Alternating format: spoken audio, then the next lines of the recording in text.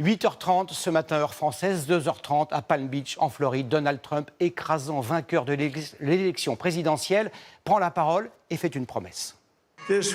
Ça va être vraiment l'âge d'or de l'Amérique. C'est ce qui va se passer.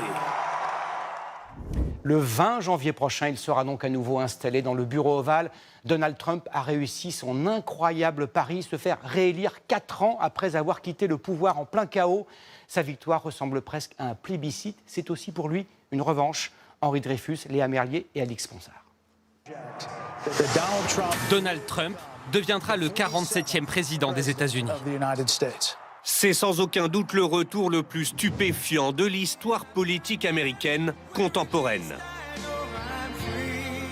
Nul besoin d'attendre la proclamation officielle des résultats après cette victoire par chaos. L'exact inverse du duel serré, attendu. Le Parti républicain raflant tous les États clés. Après avoir relu une dernière fois son discours, Donald Trump se présente serein en vainqueur. Nous avons surmonté des obstacles que personne n'aurait cru possibles. Et il est maintenant clair que nous avons réalisé la chose politique la plus incroyable. Regardez ce qui s'est passé, c'est fou! Avec 294 grands électeurs républicains, le milliardaire a visiblement su convaincre bien au-delà de son camp. Depuis sa première élection, Donald Trump a conquis des millions d'électeurs, pourtant peu acquis à sa cause. Plus 2 points chez les femmes, 4 chez les Afro-Américains, 16 chez les Hispaniques. Cet après-midi, ses partisans savourent leur victoire. Ça va bien se passer. Il a la peau dure, mais il aime l'Amérique. Je crois qu'il va faire exactement ce qu'il a dit. Parmi ses premières mesures, des expulsions massives de migrants, une hausse d'au moins 10% des droits de douane sur tous les produits importés et la remise en cause d'accords environnementaux.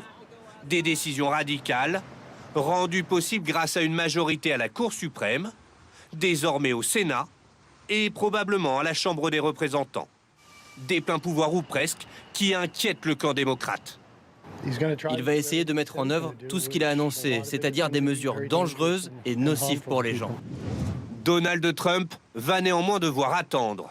D'abord le vote des grands électeurs le 17 décembre, puis la certification du Congrès le 6 janvier, avant son investiture 15 jours plus tard. Peu de détails filtrent sur le casting de sa future administration, à une exception notable, Elon Musk, ici à droite. L'homme le plus riche du monde et soutien déterminant de Trump devrait se voir confier des responsabilités. Quant à Kamala Harris, la perdante démocrate n'est toujours pas apparue en public. Elle doit prendre la parole ce soir vers 22h, heure française. Kamala Harris qui a appelé aujourd'hui Donald Trump pour le féliciter de sa victoire. Elle reconnaît ainsi sa défaite. Elle a évoqué avec le futur président l'importance d'une passation pacifique du pouvoir. Donald Trump qui a réussi un autre exploit pour la première fois depuis 20 ans. Un candidat du Parti républicain a remporté le suffrage populaire. Il a recueilli 5 millions de voix de plus que Kamala Harris. Plus de 71 millions d'Américains ont voté pour lui, la plupart avec enthousiasme, y compris des électeurs a priori très éloignés de ses positions. Jeanne Cancard, Florence de Juvigny et Romain Reverdy. La Pennsylvanie a été l'un des États les plus disputés. L'un de ceux qui a basculé côté républicain la nuit dernière. Nous y rencontrons Thomas. Pour la 3e fois, il a voté Donald Trump. Désolé, c'est bruyant. À 33 ans, il est salarié d'une entreprise de fabrication de béton.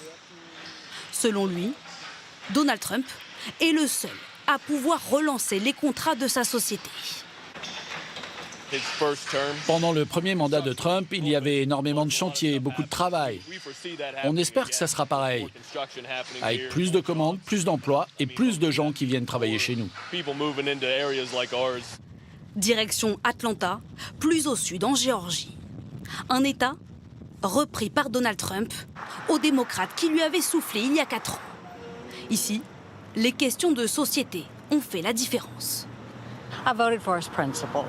J'ai voté pour ses principes. Je suis contre l'avortement. Je suis très conservatrice. Et je n'aime pas ce que les autres partis représentent. Le président élu a réussi son pari. Mobiliser la base des électeurs traditionnels. Même si E.J., 77 ans, nous avoue avoir voté pour lui à contre-cœur. J'ai voté pour les Républicains parce que c'est le parti conservateur, mais je n'ai pas voté pour lui. Autre succès pour Donald Trump, il a su glaner les voix qui lui manquaient en 2020, celles de la communauté afro-américaine. Dans ce supermarché de discount d'un quartier défavorisé d'Atlanta, Ahmed, 36 ans, est propriétaire d'un restaurant. À cause des taxes, il a dû licencier 2 employés cette année. Alors pour la première fois, il a voté Donald Trump. Vous savez, l'année dernière, j'ai payé $6 000 de taxes. J'espère au moins payer $1 000 de moins pour pouvoir payer mes employés et sans retard. À Charlotte, en Caroline du Nord, l'immigration, l'obsession de Donald Trump a aussi pesé dans la balance. Selon moi, il peut résoudre le problème. Je pense qu'on doit fermer les frontières. Tout le monde est le bienvenu, mais qu'il vienne légalement. C'est l'un des sujets sur lequel Donald Trump promet d'agir vite dès son retour. Emmanuel Macron et Donald Trump se sont parlé ce soir au téléphone. L'Élysée explique qu'ils ont exprimé leur volonté d'œuvrer au retour de la paix et de la stabilité face aux grandes crises internationales. Fin de citation. Pendant la campagne présidentielle, Donald Trump a répété qu'il voulait réindustrialiser les États-Unis et même voler, ce sont ces termes, voler des emplois dans d'autres pays pour les ramener en Amérique. S'il passe à l'acte, quelles seront les conséquences pour la France, notre industrie, notre agriculture et aussi les consommateurs? Léa Kebdani, Antoine Casabonne et Christophe Deveau. Et si l'élection de Donald Trump faisait baisser le prix du carburant chez nous? Ça va nous aider tous et ça va faire que du bien pour les poches des Français. Ça fera plus de sous pour moi, tant mieux. C'est en effet ce qui pourrait se passer. Donald Trump l'a dit dès sa campagne, il veut forer plus pour extraire plus d'hydrocarbures. Le but, faire baisser le prix du pétrole, peu importe les enjeux environnementaux. Cette élection pourrait avoir de nombreuses conséquences économiques sur notre quotidien. Pour nos entreprises aussi. Dans ce vignoble bordelais, la situation inquiète. Donc il faut imaginer que 5 à 10% du vin produit ici partira sur le marché américain. Donald Trump a annoncé vouloir taxer les produits venant de France de 10 à 20%. Les importateurs vont certainement diminuer les volumes et les vins qui seront présents sur le marché pour une même qualité seront plus chers. Le consommateur risque de moins acheter, voire de ne plus acheter notre vin.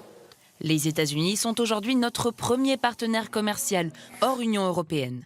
On y exporte pour 3,9 milliards d'euros de boissons, un peu plus de 4 milliards d'euros de produits pharmaceutiques et 8 milliards dans le secteur aéronautique. L'Europe n'est pas la seule cible économique de Donald Trump. Les produits chinois pourraient, eux, être taxés jusqu'à 60%. Résultat, les fabricants chinois trouveraient moins de débouchés aux États-Unis et se tourneraient vers l'Europe pour écouler leurs stocks.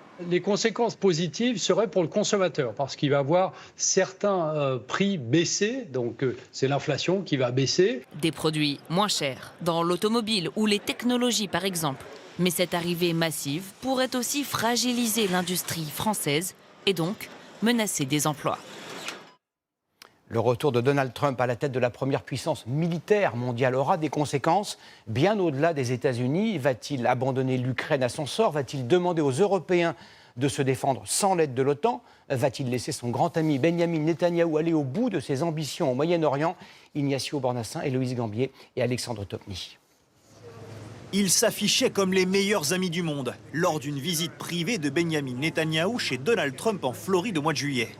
Ce matin, le Premier ministre israélien est l'un des premiers à féliciter son ami élu président.